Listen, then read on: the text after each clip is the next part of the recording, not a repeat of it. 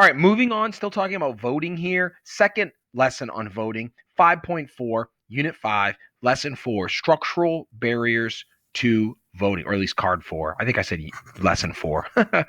Card 4. All right, structural barriers to voting. And what do we mean by structural barriers? It means laws that states pass that might make it harder for you to actually go out and vote. So let's look at that. Like a poll tax was a structural barrier. A literacy test was a structural barrier passed by states. And there are still some structural barriers that are in place. Some of it to protect against fraud, but also some of them maybe are unnecessary. Depends on your viewpoint. All right, let's look at this backside. First off, we have state registration laws, and states vary. A couple examples: Minnesota, you can register to vote on the day of the election. So you can like walk in to a precinct, which is your local place to vote. And a lot of times precincts are held in school cafeterias or at a government building, maybe at a church. And then in Virginia, you must register 22 days before the election. 22 days before the election. So if 2 weeks before the election you're in Virginia and you say, you know what, I want to vote, guess what? You can't. You had to register 22 days prior. So those are structural barriers, and each state law has a little different feel to it. So you look here, this is the last day to register in every state. And you can see there's a bunch of states that are, 10-8, 10-9, 10-7, early October, 3 weeks. And then you can see there's a bunch of states: Colorado, DC, Idaho, Illinois, Iowa, Maine, Minnesota, so on and so forth, that are all election day. You can actually register on election day. So that makes it pretty easy for you to vote. Procedures are structural barriers. So, like, how do you vote? Oh, some states have voter ID laws. More on that in a second. When you can vote, can you vote only on the Tuesday of election day, or does your state have early voting? And that means you could go maybe 3 weeks to a month prior to the election day, and you can go vote early, and that makes it easier. And then where you vote could make it easier or more difficult depending on what it is. Maybe they don't have many precincts in your city, so therefore the lines are really long. Or maybe your city has a lot of precincts, and so the lines are short. So that makes it nice. Where you vote makes it easy for you. All right, so procedures. All right, pause if you need to because I'm moving on. You look at voter ID laws. You see all the dark orange states. Those are the states that require some form of voter ID. The lighter orange ones, not the lightest that are almost peach color, but the lighter ones require some sort of identification, like could be like a bill or something. Virginia is one of the states that requires photo ID, although I think that's changed recently. And now I think you can just bring like a bill or something to show your address on it. But the point is that states have different laws depending on where they are. By the way, interesting thing about the voter ID laws, there's been a lot of talk that voter ID laws suppress the vote of minorities because minorities will be less likely to have an ID, a government issued ID. Interestingly, polls show that non-whites and whites support photo ID almost equally. Whites at 81% support of photo ID, and then non-whites, all groups together, there 77%, and then all the regionally, they're pretty highly supported, except for the East is a little bit lower, but still 70% is pretty overwhelming. So most people support voter IDs. And then also, there's a big study on voter IDs, and I like this headline. A new study finds voter ID laws don't reduce voter fraud, which is one of the reasons conservatives support it, is to kind of lower voter fraud. Nor do they hurt voter turnout, which is what liberals are concerned about. In this respect, it doesn't seem like either one of them's right, but most people support that it makes sense that someone has to show their ID when they show up, so we know that they actually already voted and that someone else doesn't vote for them if there was some sort of concerted effort for fraud. All right. Another structural barrier is, when is the election? Like, what type of election is it? A midterm election versus a presidential election. Midterm election means that it's held midway during a presidential election, a presidential term. So president's term is every 4 years, but that midterm is 2 years into a president's term. And by the way, a lot less people show up and vote then.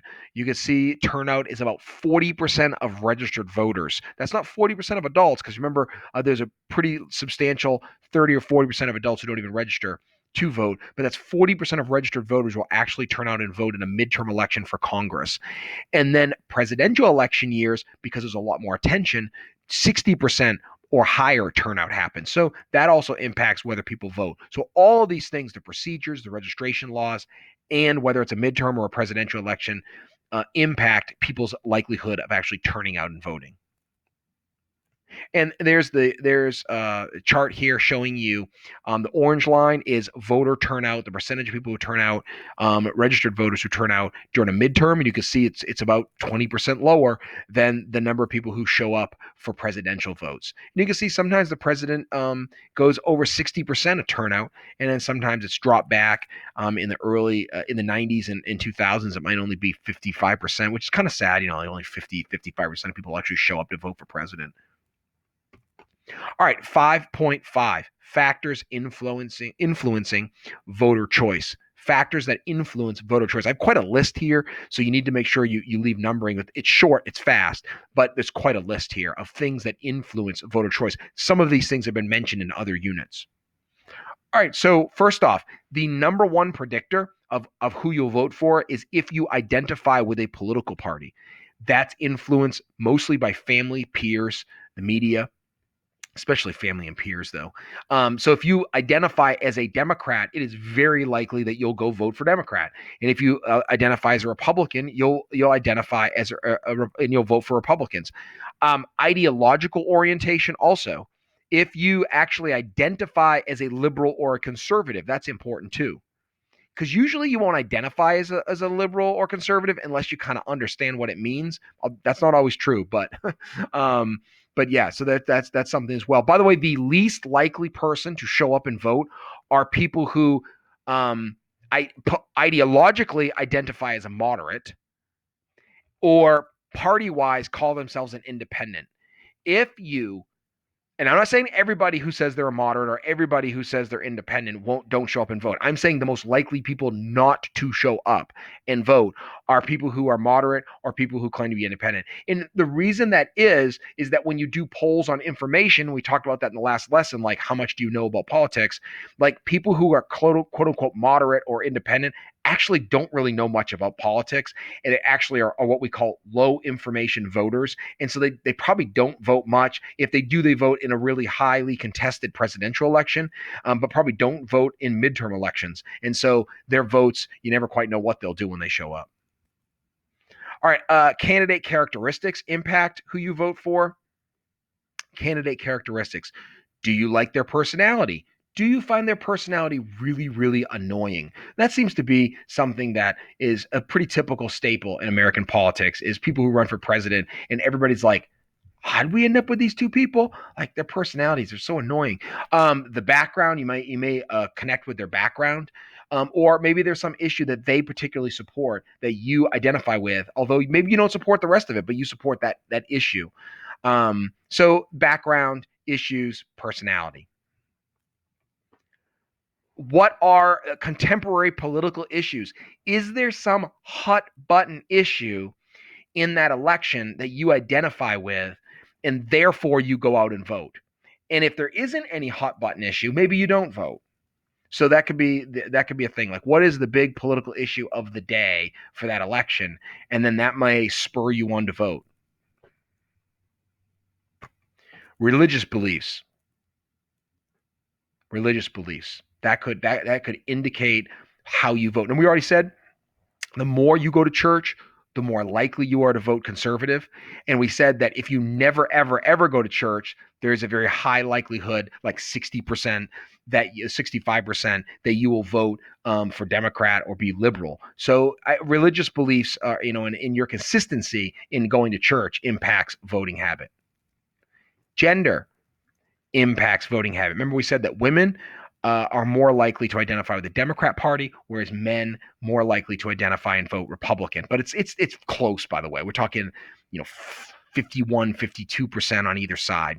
Women, by the way, are more likely to actually show up and vote.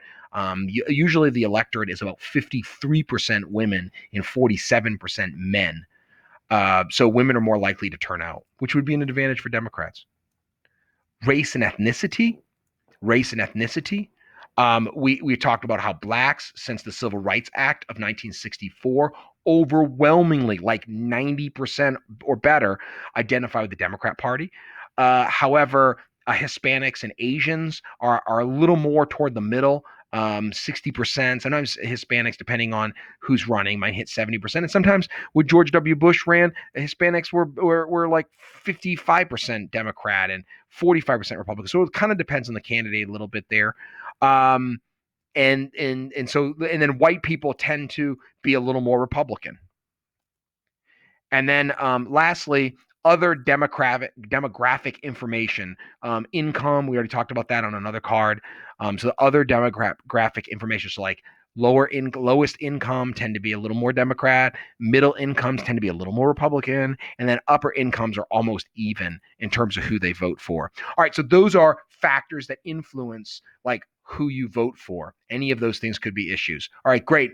That's going to be a list that you're just going to have to like make take your whiteboard, just write it out. Like think of like what are the things that predict where you'll vote or who you'll vote for. Thanks.